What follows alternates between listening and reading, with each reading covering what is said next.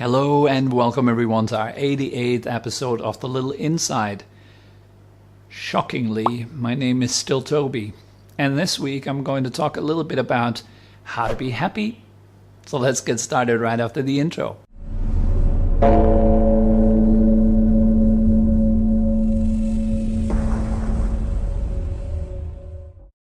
By far, one of the coolest things that we can do as a human being is we can actually make ourselves happy. We can create well-being, pleasantness, bliss even from the inside out. It's just that most of us haven't really learned that specifically. We spend a great deal of energy in our whole lifetime trying to get there, actually, trying to make ourselves more happy, trying to create a better future for our next generation, trying to create less pollution, trying to build our bodies, eating healthy, communicating with one another, etc. All these are attempts to create a more pleasant, healthier, better world. Even war, as absurd as it is actually there to create peace. So we have these cycles in our world, if you want to say. This is kind of up and down cycles where war turns to peace and peace turns to war, like where there is birth and birth turns to death and then turns to the next birth, where things continuously change and evolve and buzz around. And in such an environment that is so highly unstable, it is of course very, very difficult to find anything that reliably can make us happy out there.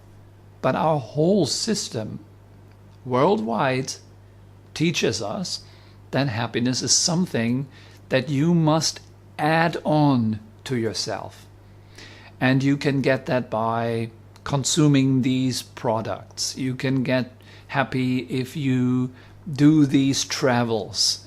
You can get more happy if you have that kind of relationship.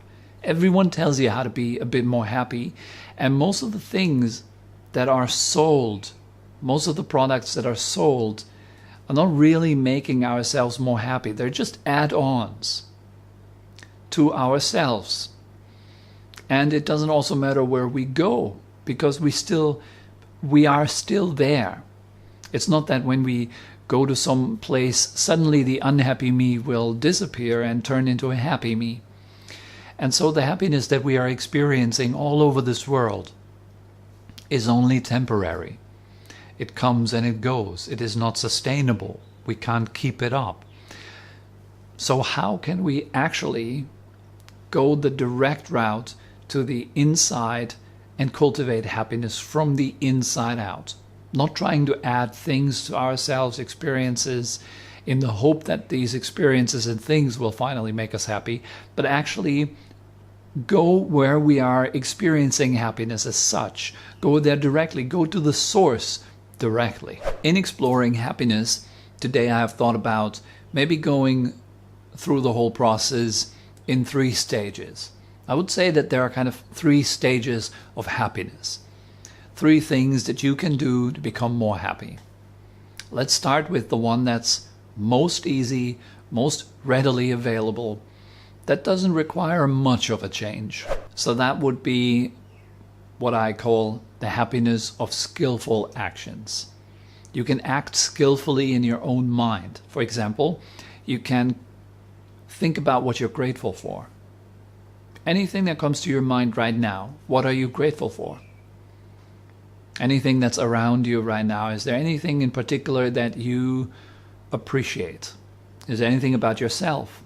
Any recent experience that was nice? Is there anything in your life that you feel good about? Thinking like that shifts our attention from what goes wrong, what doesn't work out, towards what goes right, what actually does work out. And by that, we're shifting our energy. So gratitude is a very powerful way of shifting our energy towards more happiness.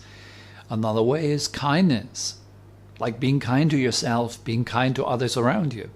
And you'll see This is like magic. It creates ripples and waves of goodness all around you. The more kind you're to yourself, the more compassionate you're to yourself and to other people around you, the happier your life will be.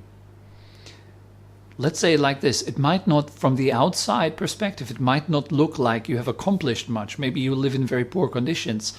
Maybe, like by normal standards, you would say that person doesn't look particularly happy, but on your inside, your experience of life is by far more happy than the experience of a person who doesn't have kindness, who doesn't have compassion.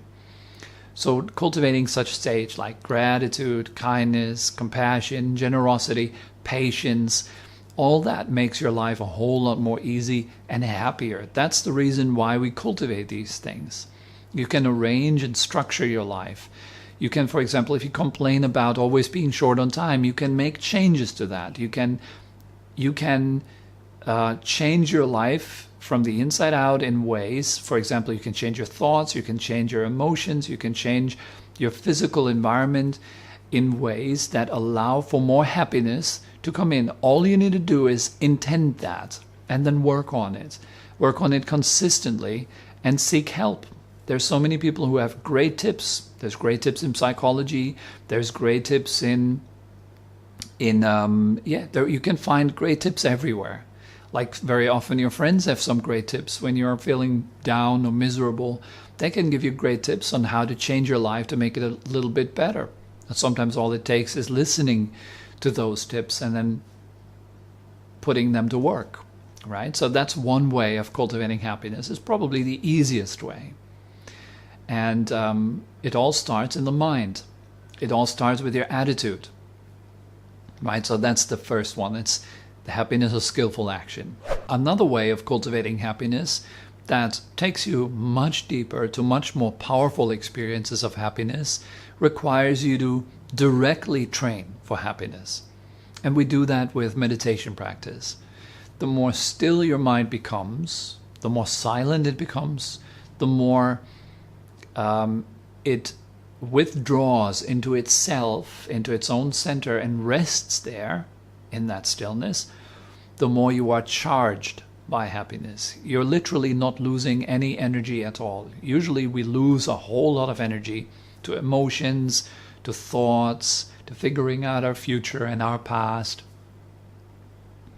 to trying this and that, trying to change ourselves, pushing against the emotions. That costs you energy. And because we are investing so much energy in these mental activities, the mind really doesn't rest during the day. But if the mind becomes quiet and starts to rest, then there is a unique and powerful type of happiness there that is felt both in the body and the mind. So when you're meditating and you're getting better with your practice, you're going deeper into the actual meditation routine, then you will discover that the more quiet your mind becomes, the more silent your being becomes, the more good you feel. And it goes up to very high bliss states that you can cultivate when you're going deeper into meditation. So I will call that second one, the happiness of stillness. The third way to cultivate happiness is through release. Being able to see through phenomena.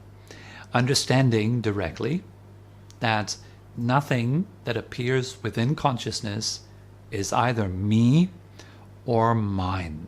So you're looking directly through things. You see that nothing in this entire universe is actually a personal experience. Everything in this universe is experienced in awareness, it is experienced in consciousness, but none of those experiences are out there to get you. They're just simply experiences arising and passing in consciousness. Now this is very, very subtle and very difficult to explain. So it is important that if you want to go that deep in your cultivation of happiness, where you're transcending suffering completely, once and for all, when you're on that kind of path, well, of course, then you need to have a qualified spiritual guide and a good teacher that can guide you properly towards that. The first two kinds of happiness are relatively easy to cultivate in our day-to-day living. It is just change your way of thinking, change your way of feeling, change your way of acting, creating the happiness of skillful action. And even the happiness of finding some degree of stillness in our mind is still very possible for all of us who are watching this video. You have the choice to actually train your mind to make it more calm, to make it more still, being able to experience more energy and happiness. Well, when your mind is well energized, it translates into happiness, feeling of well-being, a feeling of ease, etc. The third kind of happiness goes into very subtle regions. It requires a certain stability in mind to see properly into your own mind, to properly understand how the mind works, how experiences arise and pass, having an access to awareness, recognizing awareness, being able to let go of whatever appears to awareness.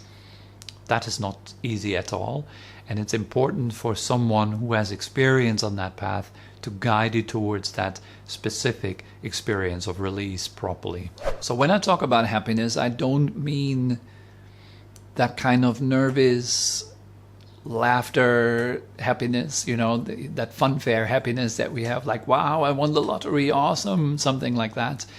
That is rather being kind of really nervous, really excited. By happiness, I'm referring to a very calm, warm, kind state in which you are completely at ease with yourself. That feels really, really good. But the aspect of nervousness, that kind of vibratory, strong happiness, that's not that one. So I'm not talking about that. I'm not saying that if you're cultivating happiness, you run around laughing like a clown the whole day. That's not going. This is not what I think happiness is. Happiness is a very internal, very powerful experience of well-being and ease. It's difficult to put it in words, really, because we have so much opinions about these words. When I say well-being, others will say, well, well-being, is that all that is to happiness? Then I say ease, then other people say, no, I disagree. I wouldn't say it's easeful. I would say it's more like this or that. So it's always the problem with words. So what's more important than trying to figure out what real happiness is to cultivate the cause of it, to invest time in actually doing what it takes to cultivate these three states. The first one, skillful action, meaning handling your thoughts in a way that translates into better feelings and into better actions, which make your life a more happy experience. The second one, discovering stillness, allowing your mind to settle down to stillness. And the third one, discovering release, being able to see that whatever you are experiencing is neither me nor mine. It is simply an experience arising and passing in consciousness.